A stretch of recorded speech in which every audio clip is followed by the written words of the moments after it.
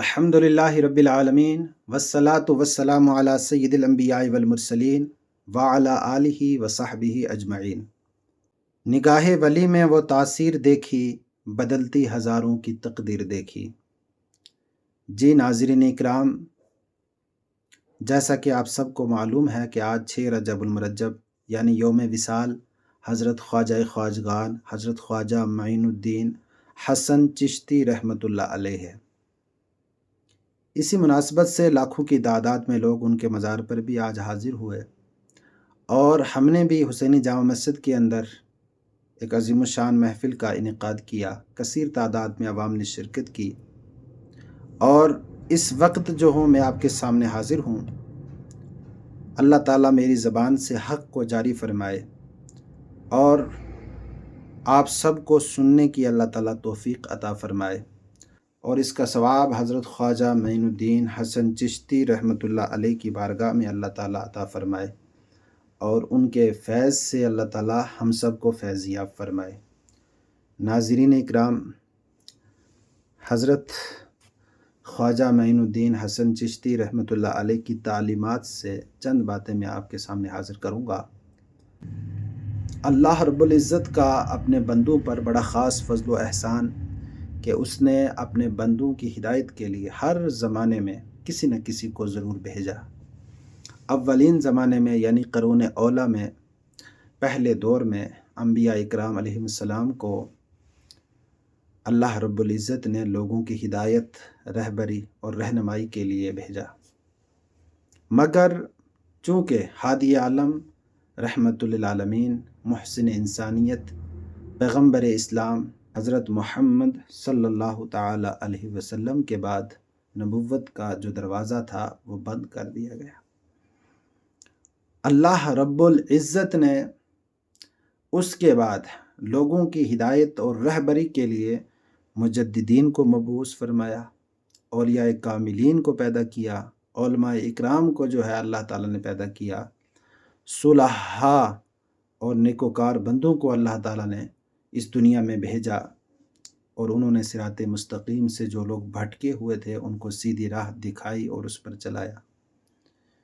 انہی مخصوص اور محبوب بندوں میں سے ایک بندہ جن کا نام نامی اسم گرامی حضرت خواجہ معین الدین حسن چشتی رحمۃ اللہ علیہ ہے، جنہوں نے دعوت و تبلیغ کے ساتھ ساتھ اپنے پاکیزہ کردار کے ذریعہ اخوت اور بھائی چارہ اور باہمی رواداری اور تزکیہ نفس کا ایک ایسا پیغام دیا، اور مخلوق خدا کی تربیت کی جو ذمہ داری ان کے کاندھوں پر تھی اس کو بخوبی نبھایا۔ حضرت خواجہ معین الدین حسن چشتی رحمۃ اللہ علیہ کی ولادت 500 ہجری مطابق 1100 عیسوی میں ایران کے ایک شہر میں ہوئی۔ 15 سال کی عمر میں آپ کے سر سے جو ہے والد کا سایہ اٹھ گیا، اور ورثے میں آپ کو ایک باغ ملا، آپ اس کی نگرانی کرنے لگ گئے۔ ایک مرتبہ ایک مجذوب، ایک فقیر آدمی باغ میں آیا، آپ نے انتہائی عقیدت سے ان کی دست بوسی کی، ان کی خدمت میں انگور کا ایک گچھا پیش کیا۔ انہوں نے بھی اپنے ہاتھ جیب میں ڈالے اور ایک سوکھی ہوئی روٹی نکالی، اور روٹی کا وہ خشک سا ٹکڑا نکال کر آپ نے حضرت معین الدین چشتی رحمۃ اللہ علیہ کی طرف بڑھایا۔ اس ٹکڑے کا حلق سے نیچے اترنا ہی تھا کہ حضرت خواجہ معین الدین چشتی رحمۃ اللہ علیہ کی دنیا بدل گئی۔ اسی لیے کہا گیا، نگاہ ولی میں وہ تاثیر دیکھی، بدلتی ہزاروں کی تقدیر دیکھی۔ اس کے بعد آپ نے دنیا کو خیر آباد کہہ کر طلب خدا کی راہ اختیار کی۔ پہلے بخارا اور پھر سمرقند جا کر علم ظاہری، فقہ، تفسیر، حدیث اور تواریخ سے سرفراز ہوئے، اور پھر اس کی تکمیل کے بعد علم باطن کی طرف آپ متوجہ ہوئے، اور اس کے لیے آپ کو ایک بہترین ایک پیر کی ضرورت تھی، تو وہ آپ کو ملے حضرت عثمان ہارونی رحمۃ اللہ علیہ کی شکل میں۔ ان کی بارگاہ میں بھی حاضر ہوئے، اور جب اس کی بھی تکمیل ہوئی تو اس کے بعد حضرت خواجہ معین الدین چشتی رحمۃ اللہ علیہ ہندوستان میں تشریف لائے، اور ہندوستان کے اندر سلسلہ چشتیہ کے آپ بانی ہیں۔ یہ سلسلہ خراسان کے ایک مشہور شہر چشت سے منسوب ہے۔ اللہ کے محبوب بندوں نے اس شہر کو تزکیہ نفس اور اصلاح باطن کا مرکز بنایا، جس کے باعث یہ سلسلہ شہر کی جانب منسوب ہوا، شہر کی جانب نسبت کرتے ہوئے چشتیہ کہلانے لگا۔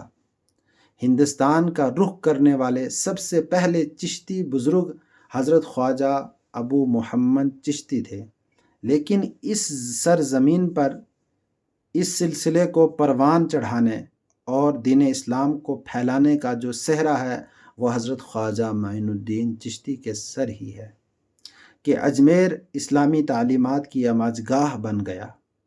آپ کی تعلیمات یہ تھی، خواجہ معین الدین چشتی رحمۃ اللہ علیہ کا مشن